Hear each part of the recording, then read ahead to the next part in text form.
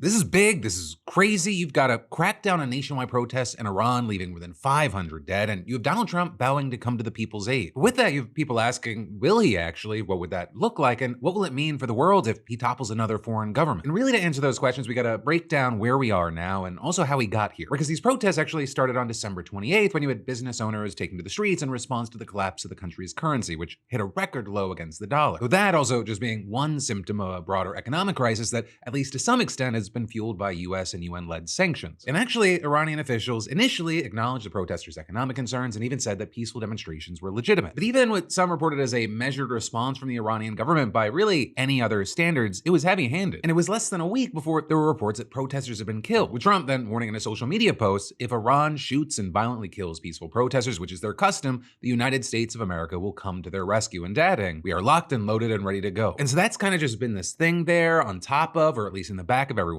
mind, as the Iranian government has massively ramped up its crackdown. And you've got human rights activists in Iran, a US-based monitoring group that's been accurate during previous waves of unrest in the country, reporting that now at least 490 protesters have been killed, along with 48 members of security services. Right, and with this, you also have them saying there have been some 580 total protests across more than 185 Iranian cities in the last 2 weeks, and that 10,000 people have been detained during that time. So what's happening is horrifying. The scale is massive, but right now it's extremely difficult to know exactly what is happening on the streets. Right, and that's largely because the Iranian government's now blocking internet access, which it's done before, but notably, Iranians say it's the first time that even fixed phone lines are no longer accessible from abroad. There have even been reports that Elon Musk's Starlink, which has likely been used to upload some of the videos of the protests that are out there so far, that's being jammed as well. But also with that, right, from some of the videos that have made their way online, it is very clear that this is no longer just about the economy. But you're seeing huge crowds chanting for an end to the Islamic Republic and even praising Iran's deposed monarchy, although notably, you would not see that on TV in Iran. Instead, you're seeing state television there showing correspondents reporting from quiet streets in several cities to project an air of calm. But a huge notable thing is that the country's two largest cities, including the capital city of Tehran, they weren't included in that broadcast. And actually, footage that state networks have aired from those cities have instead shown what are likely government-sponsored rallies in support of the regime. Now that said, it's not like there's no acknowledgement of what's happening. Instead, what you're seeing is they're framing the protests as violent unrest fomented by the US and Israel. And so with that as the framing, you're seeing things like state television airing what it said were funerals of slain security force members, with them also then showing a large number of bodies and body bags at a morgue and describing them as victims of rioters, although an Iranian rights group that posted videos from the same location said that those bodies were those of protesters who were killed by the government. You're also seeing things like a top Iranian security official accusing some demonstrators of killing people or burning people, saying this is very similar to what ISIS does. And actually, on Saturday, you had the Attorney General there warning that anyone taking part would be considered an enemy of God, which is an actual thing that can carry the death penalty there. And actually, on that note, I think it's important to understand that the country's economic crisis, it's gone hand in hand with the growing repression there even before the protests. Right, nearly 1,900 people were executed in 2025, which is a crazy number, but it's also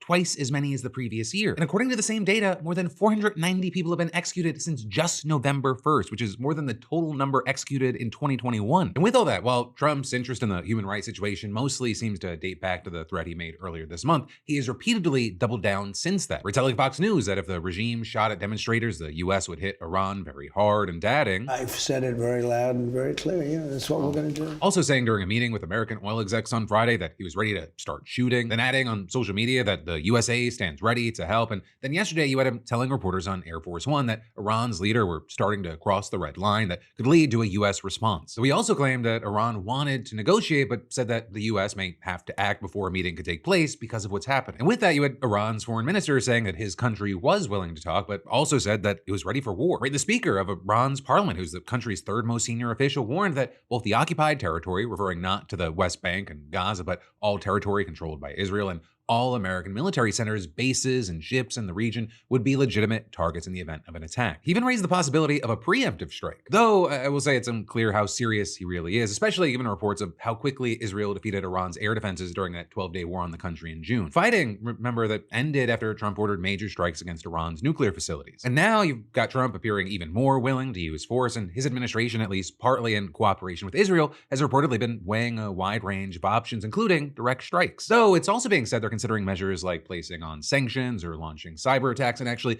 with the cyber attacks, that could involve operations aimed at restricting Iran's ability to limit internet access for protesters. So unfortunately, with that, I have to mention that last year, Trump actually cut funding for a program supporting internet freedom projects in Iran that work to get around government censorship. But, in any case, whatever Trump does, you've got many wondering if it'll finally be enough to push the regime over the edge. Right? Because in addition to the economic crisis and these protests that have come as a result, Iran has faced major setbacks in the past couple of years, especially when it comes to the so-called proxy groups that the regime has invested so much into. Right? And that includes Hamas, which Israel has decimated along with pretty much the entirety of Gaza. And then there's also Hezbollah, which has been majorly weakened by Israeli attacks. Not to mention the collapse of Bashar al-Assad's regime in Syria a little over a year ago actually cut off vital supply lines to the group. And so ultimately, you have many experts saying that the regime is the weakest it's been since it came into power in 1979, which was when a revolution overthrew the Shah, a monarch who came to power thanks to a CIA-backed coup more than 2 decades earlier. And I also mention that because the son of the Shah, he's still alive. He actually had the exiled royal court declare him the new Shah after his father died in 1980, and he's now looking to capitalize on this situation. We're saying that he's planning to return to Iran at the first possible moment and has a transition team ready. He's even openly supported U.S. intervention to achieve that, and he made a direct plea to Trump on Fox News. They know that you're totally opposite to Barack Obama or Joe Biden.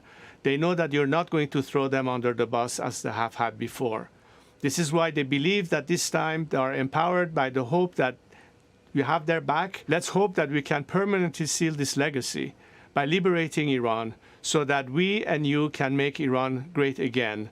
Let's partner on this and have a better future for our countries and for our people. Now, with all that, I will say that he's said that he wants to help Iran transition to a secular democracy, not bring back the monarchy, and he's frequently called for change in the past, especially when there's unrest, but also in past protests there were fewer obvious signs of support for the man. But this time around, there have reportedly been calls for the return of the Shah being heard in the crowds. Although to be very clear, it is far from certain that he'd have the support to take power if the regime collapsed. In fact, at least for now, it seems pretty unlikely, with experts saying that his improved reputation, it may have more to do with desire for change than a desire for his return specifically. And on top of that, again, at least for now, he hasn't been endorsed by Trump, which could be a big deal in the event of a power vacuum. And in that case, there are concerns about whether a smooth transition to any new leader would be possible, or whether there'd be the risk of an internal conflict. But, with all that said, a very important caveat to this whole conversation is that many experts also say that any expectation that the regime is at risk of imminent collapse, that might be premature. With a key point being that there have reportedly been no sign of defections or dissent in the security apparatus that helps the government stay in power. And today, you even had the regime claiming that the protests are under total control. But again, with all the restrictions that are in place, it's hard to know how true that actually is. And so for now, we're gonna have to see what's gonna happen over the next few days.